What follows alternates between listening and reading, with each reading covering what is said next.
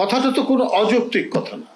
December শীতকাল, ডিসেম্বরে নির্বাচন আন্দোলন এগুলো যথেষ্ট জমে ওঠে এবং আমাদের দেশে নির্বাচন একটা উৎসব মুখর বিষয়। তো সেই ক্ষেত্রে ডিসেম্বর মাস, মানুষ শীতকাল, এখানে ঝড় বৃষ্টি কম থাকে।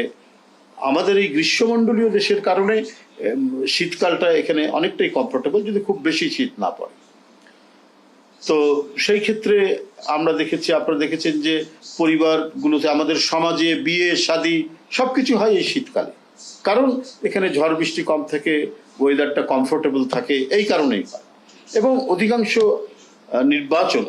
নির্বাচন এই শীতকালেই হয়ে থাকে। এই একটা বিষয়। আর এপ্রিলে রোজা কেবল শেষ হবে, আবার 2 মাস 10 দিন পর কোরবানি। এই টাইমটাই হচ্ছে একটা ধর্মীয় অনুষ্ঠান উৎসবের মধ্যে দিয়ে চলে যায়।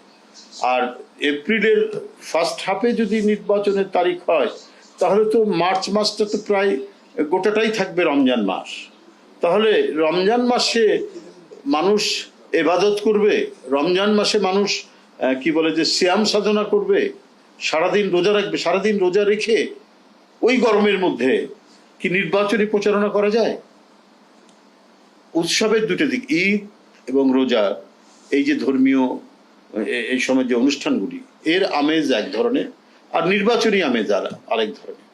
তো এটা কিভাবে এটার সাথে সঙ্গতিপূর্ণ হয়, এটা আমার জানা নাই। এটা এক ধরনের মানে উদ্দেশ্য নিয়ে অথবা অন্য কিছু নিয়ে 2-1টি রাজনৈতিক দল এই কথাটি বলছেন এবং সরকারের উপর তারা প্রভাব বিস্তার করছেন বলে আমার মনে হয়, এবং সরকারকে তাদের পথে নিয়ে আসার চেষ্টা করছেন। কিন্তু এখানে যুক্তির যদি আশ্রয় না হয়, যদি যৌক্তিক বিষয়টিকে যদি প্রাধান্য দেওয়া হয়, তাহলে ডিসেম্বরে নির্বাচনই হচ্ছে একটি উপযুক্ত সময়।